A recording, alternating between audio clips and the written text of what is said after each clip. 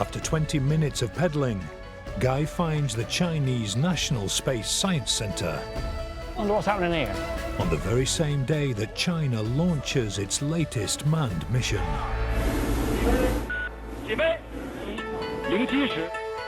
China have put a lunar rocket on the moon.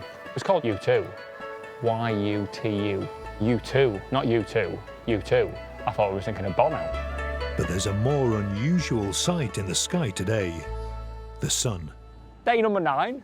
First hint of blue sky we've seen. Not even a hint. Look, that is blue sky.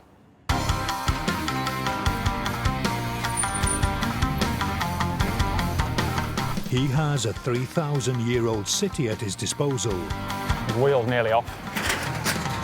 But Guy's next stop is a row of car garages. Ni hao. Happy lads.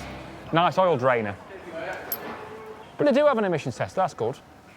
So we could say we are in the most polluted city in the world. You boys are all bunged up to the eyeballs, aren't you? I've not had it yet, touch wood, but I think it'll come. China's own scientists describe Beijing as close to uninhabitable, and there are 3 million pollution-related deaths in China each year. One contributing factor is that cars now outnumber bicycles. 10 years ago, there were 9 million bikes in Beijing. Today, there are less than half that. A bicycle is associated with being poor. A car is a status symbol. Look at this. Just someone taking a bit of pride in what they're doing. He's polishing it. The side effect of being a city of car lovers is gridlock. This national holiday traffic jam stretched across 50 lanes and built up last year as Beijing's residents returned home. 21 million people, 5 million cars. And the reason Beijing has a huge population dates back to the 1960s and the policies of that man, Mao. Chairman Mao says, get on the nest, get umping, more Chinese the better, more the merrier. Within 30 years, the Chinese population doubled.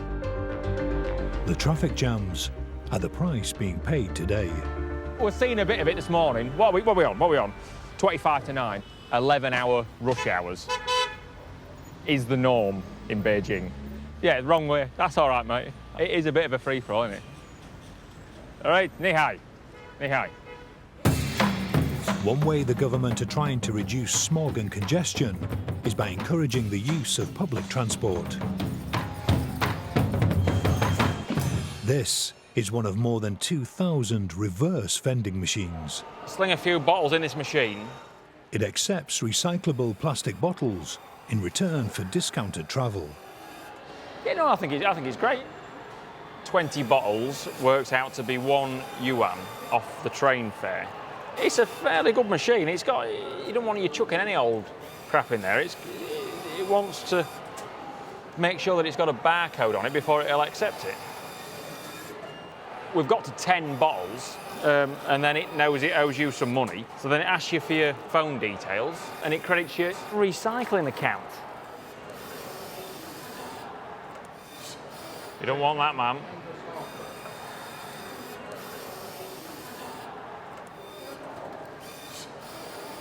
I tell you, it's not thick, is it? It's not having that. We'll find the bin for that. When the bottles have been deposited, you're shown a confirmation of your contribution to improving Beijing's air quality. It's great, isn't it? Bit of incentive.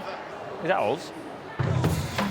The Beijing Metro is the busiest underground rail system in the world, and its 340 miles of track will be doubled in length over the next 4 years.